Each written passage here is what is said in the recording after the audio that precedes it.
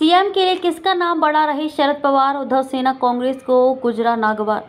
सांगली जिले के इस्लामपुर में राकांपा एसपी के शिव स्वराज यात्रा अभियान के तहत बुधवार को एक रैली को संबोधित करते हुए शरद पवार ने कहा कि ये सभी की इच्छा है कि जयंत पाटिल राज्य के पुनर्निर्माण की जिम्मेदारी लें।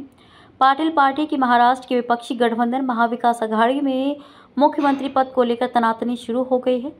कहा जा रहा है कि वरिष्ठ नेता शरद पवार की तरफ से उनके करीबी जयंत पाटिल को लेकर संकेत दिए जाने के बाद से शिवसेना और कांग्रेस प्रतिक्रिया दे रहे हैं। राज्य में 20 नवंबर को मतदान होना है। ईसीआई यानी कि भारत निर्वाचन आयोग की तरफ से जारी कार्यक्रम के अनुसार 23 नवंबर को मतगणना होगी। सांगली जिले के इस्लामपुर में राकांपा एसपी के शिव स्वराज यात्रा अभियान के तहत बुधवार को एक रैली को संबोधित करते हुए पवार ने कहा कि ये सभी की इच्छा है कि जयंत पाटिल राज्य के पुनर्निर्माण की जिम्मेदारी लें।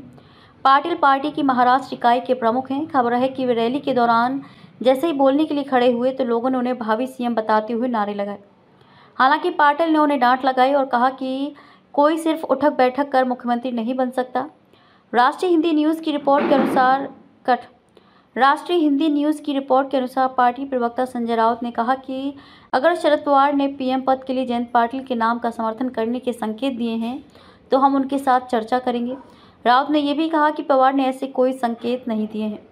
उन्होंने कहा कि कुछ समय पहले उन्होंने पार्टी में अहम पद के लिए रोहित पवार का नाम सुझाया था। हालांकि एक पार्टी में 2 मुख्यमंत्री नहीं हो सकते। सीएम पद के लिए सुप्रिया सुले के नाम की हमेशा चर्चा होती है। जितेंद्र आव्हाड का नाम भी चर्चा में रहता है। 5-6 लोग मुख्यमंत्री नहीं बन सकते। राउत ने कहा कि उद्धव सेना ही पिछले 2 महीने से एमवीए से सीएम उम्मीदवार के नाम का ऐलान करने के लिए कह रही है, जिसे कांग्रेस और शरद पवार की पार्टी ने अब तक नहीं माना है। कांग्रेस नेता नितिन राउत ने कहा कि शरद पवार ने कहा है कि जयंत पाटिल में सीएम बनने की खूबियां हैं। हर पार्टी अपने नेता के बारे में इस तरह से बात करती है, लेकिन अंत में कांग्रेस नेता तो फैसला लेगा। गुरुवार को पवार ने सीएम पद के मुद्दे पर कहा कि ये मुद्दा हमारे लिए खत्म हो गया है। जब हमने प्रेस कॉन्फ्रेंस की थी तब इस पर सफाई दी थी। उद्धव ठाकरे और मैं इस कॉन्फ्रेंस में दोनों ही मौजूद थे।